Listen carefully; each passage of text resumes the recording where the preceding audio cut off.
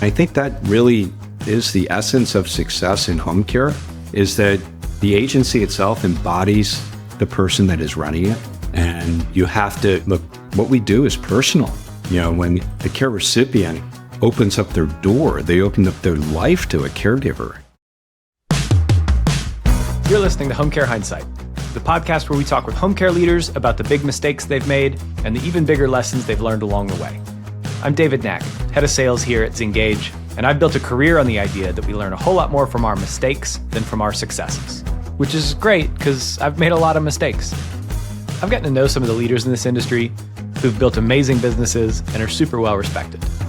So I thought it'd be fun, instead of asking them about the great things they've accomplished, to have them tell the story of one of the biggest mistakes that they've made and how that mistake changed their thinking and the way they run their business.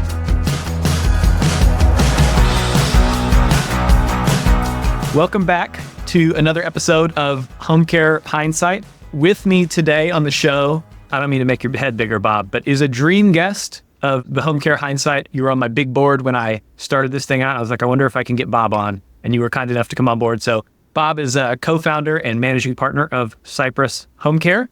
Bob, thanks for joining the show. David, thank you for having me. It's great to be here. Well, super excited to have you on the show. Bob, for people who don't know you, and I guess that's probably a very small percentage of the population who might be tuning into the show, but how would you introduce yourself? You know, I'd introduce myself as, first and foremost, an accidental caregiver. My career really was in consumer product goods. I worked for great companies like the Quaker Oats Company, and Quaker Oats back in the day owned Gatorade. And I ran the Gatorade business in the Northeast. What a sexy brand that was to be on. I was part of Project MJ, Michael Jordan, a lot of fun. And then I pivoted over to the West Coast and was the director of trade marketing for Dole Packaged Foods. And I became what a lot of us have become as caregivers. And you know, all of us are going to go through this journey, either receiving care or giving care. And my mother on January 2nd, 1985, had a massive heart attack and spent nearly 2 months in the hospital, 18 days in a drug-induced coma, and came out a very different person. And I found myself as a caregiver, along with my brothers and my dad. And fast forward about 9 years, mom and dad moved out to Arizona in 1987.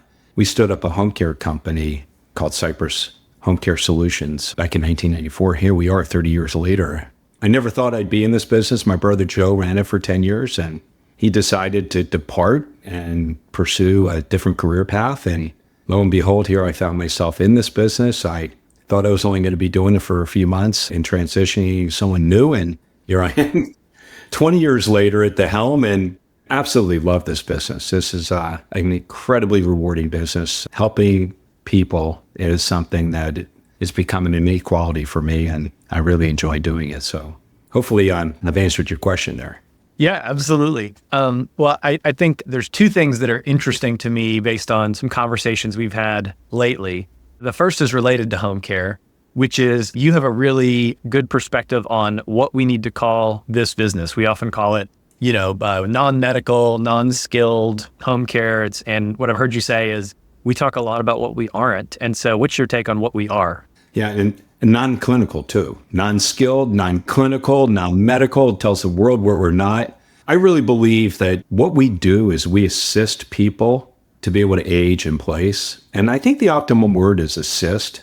And assist also coincide and really is synonymous with supportive. So I like to refer to our trade as the in-home supportive care service trade. So that's what we do. We provide in-home supportive care to those folks that need that additional pair of hands, that assistance that I'm talking about. And that assistance can be from anything from getting dressed in the morning to bathing to medication reminders, all those activities of daily living that every single home care caregiver does day in and day out. Yeah. The other thing that I found interesting about you, Bob, is we were at an event together a little while ago, and I realized that you, like me, have a sweet tooth. So I'm very much a ice cream kind of guy. And then at the airport, I'll find the largest bag of some kind of gummies that's there, whether it's, sour gummy worms or gummy bears or et cetera. What's your go-to for a sweet treat? My go-to has always been cookies and cream ice cream. I mean, I really like Oreo cookie cream and ice cream is really good.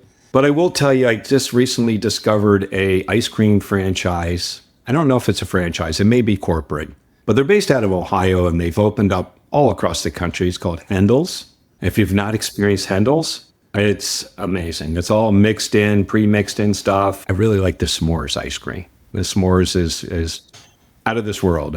It is all consuming. So when you do eat it, you're definitely full and satisfied too. But that's kind of my sweet tooth. A candy bar every once in a while. My go-to is maybe a Three Musketeer. Sure. It's a good one. So Bob, people who've listened to the show now know that this is my shtick here, but I get tired of small talk. And what I want to say is, hey, what kind of person are you? And you can't do that normally. People are like, hey, that's a little abrupt of a conversational transition, but it's a podcast. We can do whatever we want.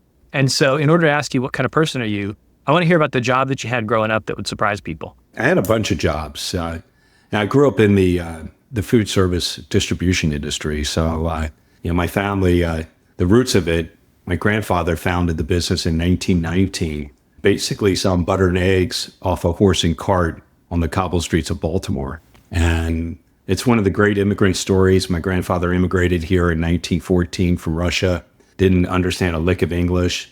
I spent a lot of summers there working in the warehouse, working in sales, working in purchasing, did a lot of odd-end jobs. But I think the thing that would probably surprise most people was I was a beach lifeguard. I lifeguarded on the beach in Bethany Beach, Delaware. I don't know if you know where that is. A lot of people know where Rehoboth is now because our president has a summer home there in Rehoboth Beach. I was a lifeguard in Bethany Beach, Delaware. That's my lifeguard team right there. And this is me over here with dark hair, believe it or not. All right. So I lifeguarded on the beach for 2.5 summers. It was a great job. Didn't pay very much. I think I made about $4.25 an hour. And literally at the end of the week, I probably got about a $140 check. And I would say probably 2/3 of that went to beer and food. But great times and great experience. And being in Delaware, just so you know, we were guarding in front of a resort called, our condominium complex called Sea Colony. And the people that lived there were Congress people, senators, generals. I mean, I met some really cool people that were working in Washington, D.C. that would summer there at Bethany Beach and Sea Colony. I love it. Well, Bob, I brought you on the show because people know you and you're somebody who has been in this industry for a long time. Of course, Cypress is a business that's been around for a large percentage of the time home care has even existed as a concept in terms of a business that people can run. But we're not here to talk about any of that. Instead, we're here to talk about a big mistake that you made and what you learned from it. So, Bob, what's your big mistake? Well, it's hard to say. There were definitely a bunch of them along the way. I think the biggest challenge for me, and it really is, I think it's an innate quality of most home care agency owners. And that is, you get in this business because you've either been on this journey directly or you've been a part of this journey. And I'm talking about caregiving. And I think each one of us that runs a home care agency has this one important quality, and that's empathy. And, I have a lot of empathy, and I really do. And I think, if someone asks me what my greatest strength is that I'm a caring, compassionate person. What my greatest weakness is that I'm a caring, compassionate person. I know that there's these adages out there, you hire slow and fire fast. I mean, and I am getting better at that. I really am.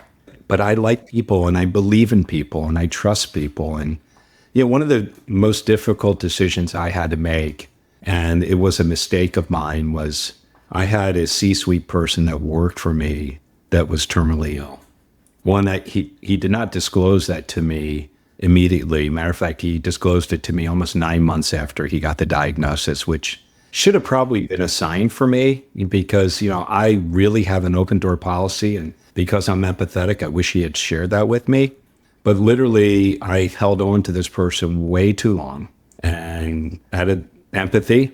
And I was losing a lot of staff. As a matter of fact, I had an office back pre-2019 that had 15 to 16 staff members.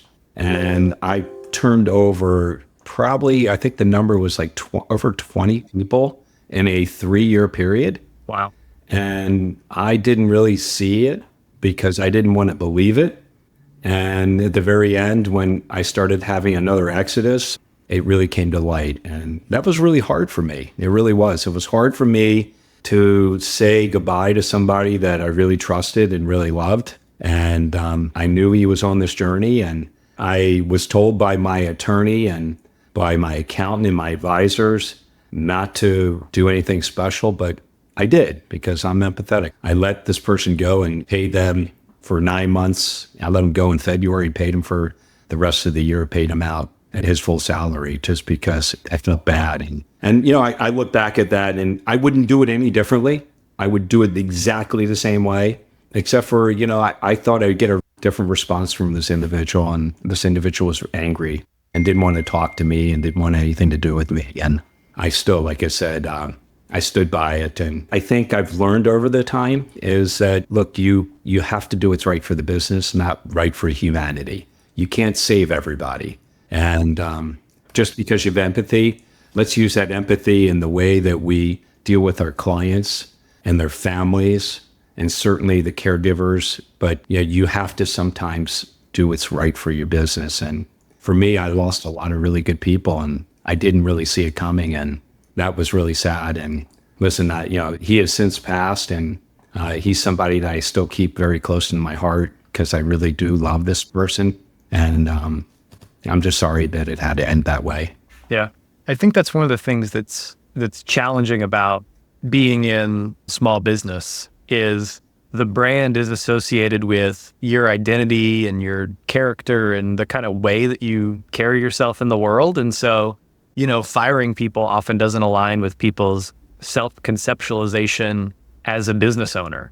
And so how have you dealt with that tension in your work life? It's hard to separate the two. I mean, it really is. And I think that really is the essence of success in home care is that the agency itself embodies the person that is running it. And you have to, look, what we do is personal. David, when a care recipient opens up their door, they open up their life to a caregiver. And there's this one word that we all are really, trying to convey to our clients and to our communities, and that's that trust. And we have to embody that trust. So, we are really our entity. I mean, I can name all these other home care companies that as much as I know the names of the companies, I know the names of the people that stand behind them. And, I think, Bob Roth in the Phoenix metropolitan area is synonymous with Cypress Home Care Solutions. And I'm proud of the brand, but I, oftentimes want the brand to be able to stand up on its own and not be Bob Roth. I tell my team members all the time that I love the clients that were coming in the door, but I don't want them all to be FOBs. You know what FOB is? I don't want them to be friends of Bob. I want them to be friends of other people too. Friends of Bob. Doing it for 20 years and really people that know me know that you have to be part of that community. And I know people are mesmerized that how do I do it all? Whether it be serving on the Governor's Advisory Council on Aging or being on the board for the Home Care Association of America or being on the NAT affiliate for the Private Duty Association, working with the Elderly and Physically Disabled Provider Alliance, which is a local trade association. But we need to advocate for those that can't speak for themselves. And many of them are the elderly and infirmed. And I think it's our duty and our responsibility to be that voice for them. For me, I'm getting a little closer to that age than you are, David. It's going to be me that's going to be needing that care. And, I want to make sure that our voice is representative of the people that we're serving is heard. And the only way to do that is to be out there and really be present and authentic and really talking about not only the services that one provides, but the needs that they have. Yeah. So to bring this full circle, your greatest strength and the reason that people know you and the reason your business has been successful is because you're a caring, compassionate person. But your greatest weakness is that you're a caring and compassionate person. And that sounds like that's something that from a running the business perspective, you've had to figure out how to make peace with, but make some steps that make running the business a little bit easier. Yeah, I have. And, recently I brought my nephew aboard, and that's been really good for me. He's our chief of staff. He's literally more than half of my age. He's your age. But, at the same time, it's really helped me because he centers me and grounds me and says, look, Uncle Bobby, we need to do it this way. And I'm like, you're right.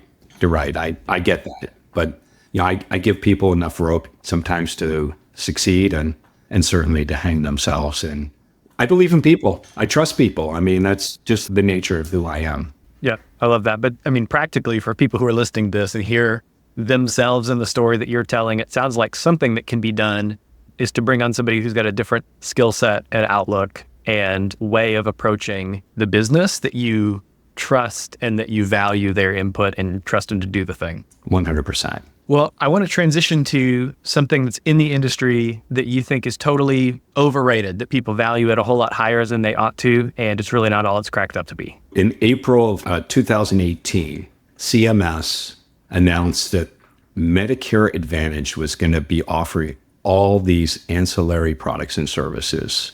It was a long list. It literally was like 3 pages long. And in there was in-home supportive care services. They may have called it non-medical, but that's what it was. And it was a benefit that people would get for Medicare Advantage. Now, I have a little bit of a different lens. I served on the Private Duty Home Care Association, which was an affiliate of NAC, the National Association of Home Care and Hospice, for 10 years. And I was very close with our home health partners and our hospice partners that are part of the trade association. And for those that don't know, that trade association has over 36,000 home health and hospice and home care companies that are part of it. Now, home care is just a small part, but I knew firsthand the battle that these companies, and I'm talking mainly home health, was having with Medicare Advantage. Literally, they were being paid about a third less than the traditional Medicare.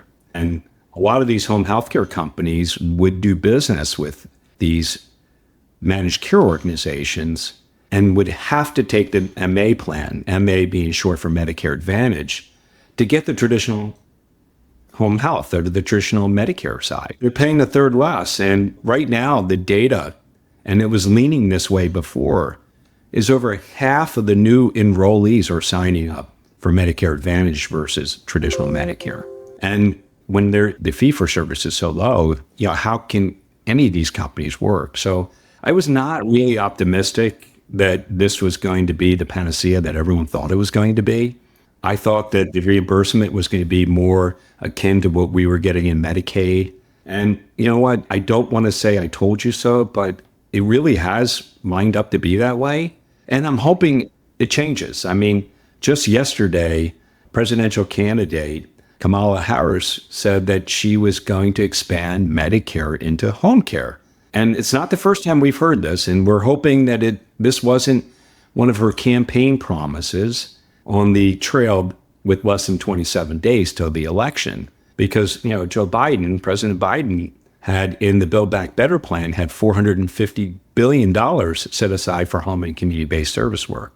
So I was somewhat skeptical about it. And my colleagues, and at the time I was on the Home Care Association of America's board, a number of my colleagues, and I won't call them out, but a number of them had invested in talent, in human capital, with Medicare Advantage experience and brought them in-house to contract with these managed care plans. They're virtually none of them have been successful. I know there are a lot of companies out there like Tim from Care Advantage, who is out there doing a lot of Medicare Advantage work, and he will tell you that it's at a cost to him, but he's trying to obviously demonstrate the value of in-home supportive care services. And that's what we need to do. We need to help people understand, especially Washington, D.C., and the Centers for Medicare and Medicaid Services. We need to help them understand that we do deserve a seat at the table. These episodic visits from home health that are only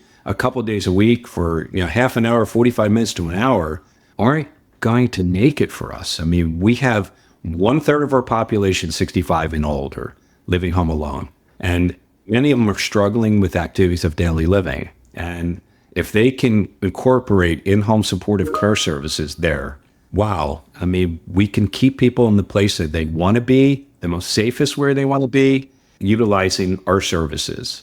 We are the tip of the spear. We see the changes of condition before anyone else does. And we're able to avert, how should I say, an escalation or a hospitalization by being there on the ground. So I think, the one big thing to your point is Medicare Advantage is not cracked up to be what everyone thought it was going to be. Yeah.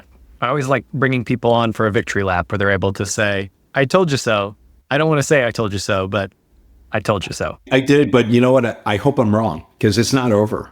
It really isn't over. And the aging of our country and the fact that we're going to double the 65-year-olds in the next 25 years and nearly quadruple the 85-year-olds, we need these type of services. And we need, what I'm seeing from Medicare Advantage when I talk to some of my colleagues, I'm seeing them authorize very limited hours. In a lot of cases, it's less than 100 hours per member per year.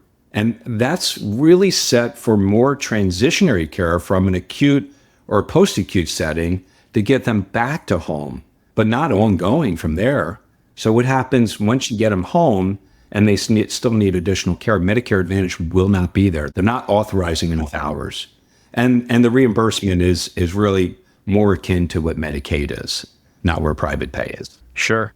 Yeah, that's a significant challenge that hopefully is different in the future, but today sounds like really difficult to run a business with that as a piece of it. Well, and I'll also give you some fresh news to, Medicare, or should I say CMS, authorized the GUIDE program. And many of us know what the GUIDE program is. The GUIDE program is to really help those families that are dealing with loved ones that have dementia and Alzheimer's. And the GUIDE program is set up to be respite for those family members. Cypress is very fortunate to have partnered in our marketplace with two really big providers of services here in our town. One is Hospice of the Valley, and the other one is the Banner Alzheimer's Institute. So, we are sharing that partnership with Home Instead. It's just our two companies. And I was really elated to be there.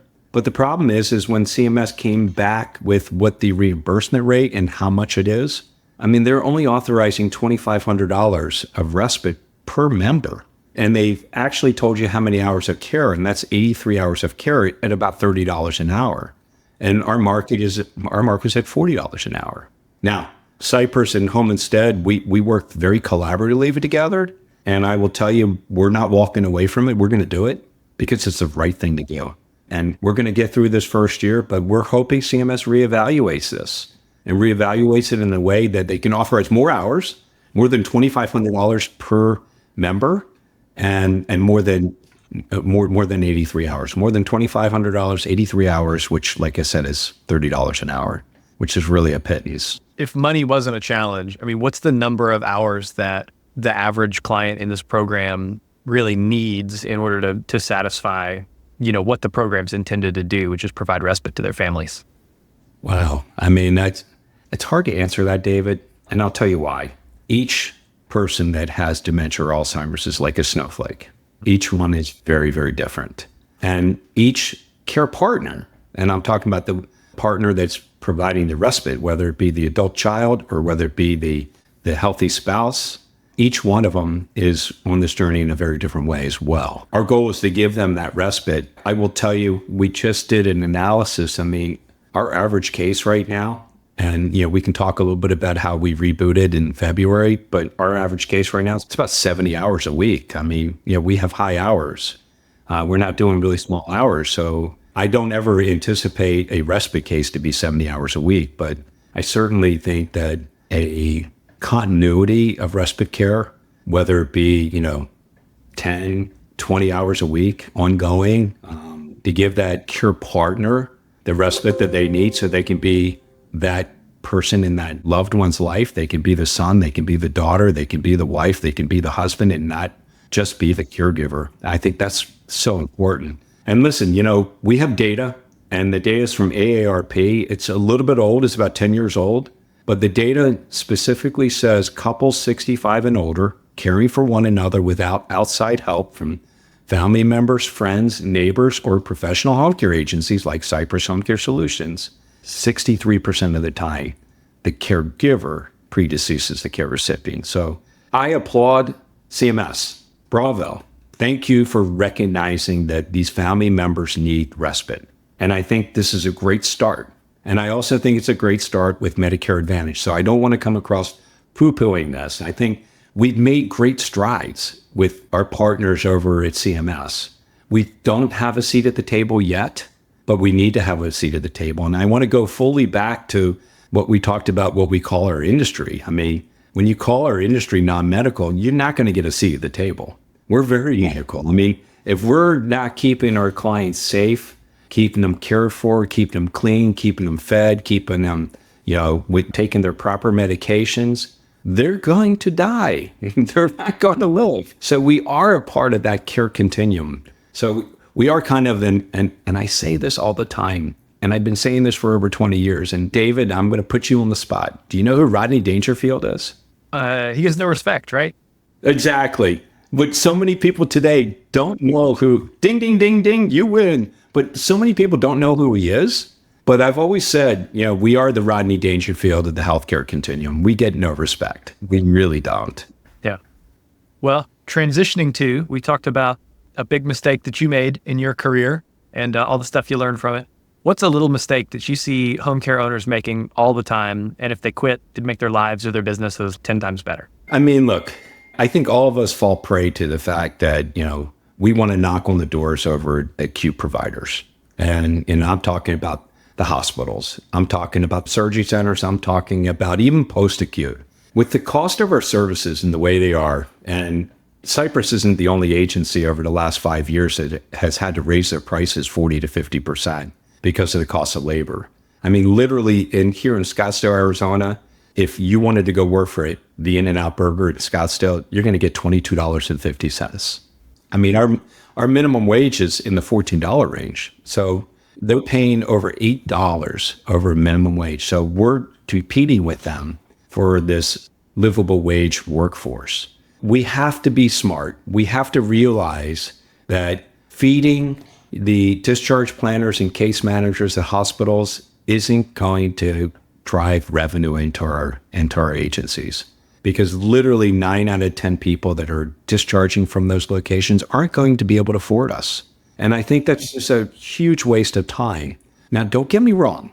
I mean, it's important for them to know you, and it's really important for them to have you on their list as options. But I think that anyone new getting into this business, if that's where you're spending your time in the acute or post-acute setting and hoping that they're going to send you a lot of referrals, if you're doing private pay and private pay is your game, I'm going to tell you, you're making a mistake. And that's one of the stupid mistakes I've made, and paid a lot of money to feed these discharge planners and transitionary care coordinators and case managers and social workers.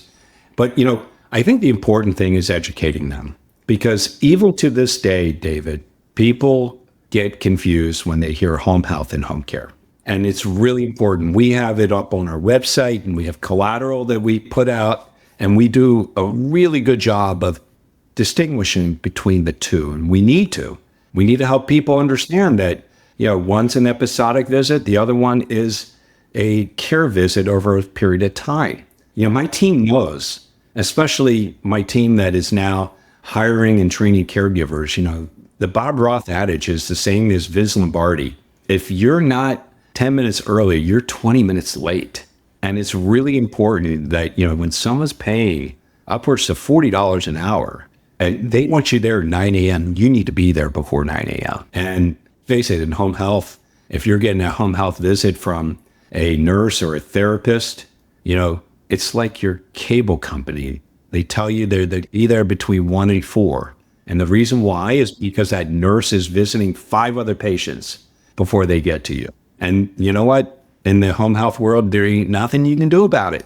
Sure. And one of the requirements for home health is for you to be homebound. So you're going to have to wait.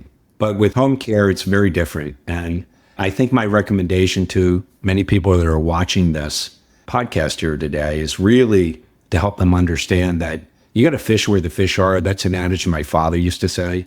You got to fish where people can afford our services. And, I think 1 in 10 they ain't good odds. I think, I want to go to someone that is a trust officer at a bank or a foundation where their benefactors all can afford in-home supportive care services and really look at a 10 for 10. So I think my message to people that are watching is don't make that stupid mistake. Make sure they know who you are and that you're on the list, but don't pay hundreds of dollars to feed them for lunches. It's just really a waste of time because all they want is, and it's crazy because they call you up and they tell you what they want and then you go and deliver the food and then you have people say, oh, I didn't really want that. Or, they say, can you next time, can you go to, so-and-so and bring in these types of sandwiches or pizza? We're not in the food service business. We're in the home care business. It's not our job to feed you lunch. That's good. All right. I want to end every episode on a high note. So we've talked about a lot of mistakes that have been made and things people have gotten wrong, but what's something that's happened lately in your business that you're really proud of? Well, I do want to go back and share, one learning that I had. And I think it's really important for me to share this with so many of the people that are viewing your podcast. And David, I give you so much credit. It's hard to believe that you've only been doing this for a couple months and you do a really good job of this, and really congratulations on being a dad. And, I give you so much credit. It changes your life. It does. I think I might be better at the podcast than I am at the dad thing, but learning both on the fly. So pretty soon you'll get some sleep. I promise you that. But I will tell you, look, many of you guys know that I was on the journey with honor. And, I want to be very upfront with everybody and just say, look, you know what? It was a interesting experience. A lot of ways it's like a boat, right? The best day in a man's life or in any person's life is when they buy the boat, and the better days when they sell it. It was an incredible learning experience for me, being around so many people that were off the charts as it relates to intellectual capital. It's that old adage that rising tides lift all boats. And, for me, I learned so much through that whole experience. And, a lot of people would say, it was a horrible experience. For me, it wasn't a great experience, but it was a great learning experience. And because of that, what you shared with me, your question is, what are some of the things that you're doing? And, they never let me inside the tent, so to speak. Leadership there did not allow any of us as partners to really understand how they were working things. But Seth Sternberg was very straight up. He just said, machine learning is our future. Long before ChatGPT and these generative AIs were out there, he was totally relying on that. And, when I was rebooting Cypress, and Cypress rebooted in February 1st, we said goodbye to Honor on the 31st. And when I rebooted it, I was like, okay, before rebooting it, what is it that they were doing that was really unique and different? And they were using machine learning to eliminate repetitive tasks and redundancies, workarounds, stuff that the computers and machines could do. And I got introduced to this one gentleman. I got introduced to a guy by the name of Connor Adams. Connor has a company called Home Care Pro. And I got introduced to Connor through Jenna Morgenstern Gaines. She is the co-founder and CEO of Pocket RN. And, they're an incredible company too. And I'm not here to, promote them or talk about them, but I have a great friendship with Jenna. And she said, you need to meet my friend Connor. And Connor was using a lot of machine learning to help us credentialing caregivers, getting all their information up to the cloud. At the same time, I went on with a new enterprise software solution. I selected Access Care, and Connor was able to get us to get all the information that we get from caregivers. And I'm talking about driver's license, Social Security, fingerprint clearance, first aid, CPR, all of that stuff. And, his machine learning it not only does it take it up and read it all and puts it up in a file, but it also reads the expiration dates too, which is really, really clever. So, and he's built an API to connect to Access Care. So it actually populates my caregiver profile that has not been activated, but inactivated. I get all that stuff there. And I'm here to tell people that are listening here too today is LinkedIn is so powerful. I know, David, you're on LinkedIn. So many home care people are. If you're not on LinkedIn, you should be on LinkedIn. And trust me, all of us get these messages from so many people. And there's nothing more frustrating when somebody who doesn't really know you and doesn't take the time to learn what you do and they just verbally vomit all over you with this message. And it's like a War and Peace novel. If you do that to me, you're going to get a delete. But there was this one gentleman, his name was Raj. I can't remember Raj's last name, but he worked for a company called Hello Hire. And he sent me like this 3-sentence message, and it piqued my curiosity. And he invited me to take a meeting with his supervisor, Raveen Shah from Hello Hire. And I took that meeting, and I was like, I had like an aha moment. I was like, wow, this is like what Hunter was doing. Because he's utilizing virtual interviewing, utilizing what we're doing here virtually through a Zoom call where I can interview caregivers and transcribe it and summarize it and do all these great things. Now, I have to say, in 2019, we had this large office that I talked about at the beginning, 15 or 16 people working in it. 1/3 of our space was dedicated to training, with 2 training centers and a training lab. Caregivers used to flock to us. Guess what? They don't do it anymore. They don't flock to us. So we were trying to go to where they were. And when we were going to where they were, we were using manual texting to confirm appointments. And we would do it an hour before and they would confirm. And 20% or more would still no call, no show. What a waste of time. So what we did was we partnered with both Home Care Pro, we partnered with Hello Hire, and it really is a collaboration. And I feel like, we are so much smarter and better for it. And we're utilizing our human capital more efficiently than we ever have. So I'm able to get caregivers in the funnel, the hiring funnel, with the least amount of friction than I ever had. And sometimes it would take up to a month to get somebody on board. And I can get someone on board in less than a week. I can do it in probably 4 or 5 days at best. And why am I able to do it? Because of the machine learning, because of the digital interviewing.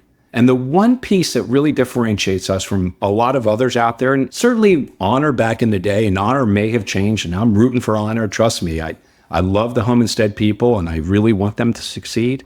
But the one last piece that we do, the orientation, is actually in person. We do a first interview, and all we want to do is understand the why. That's it.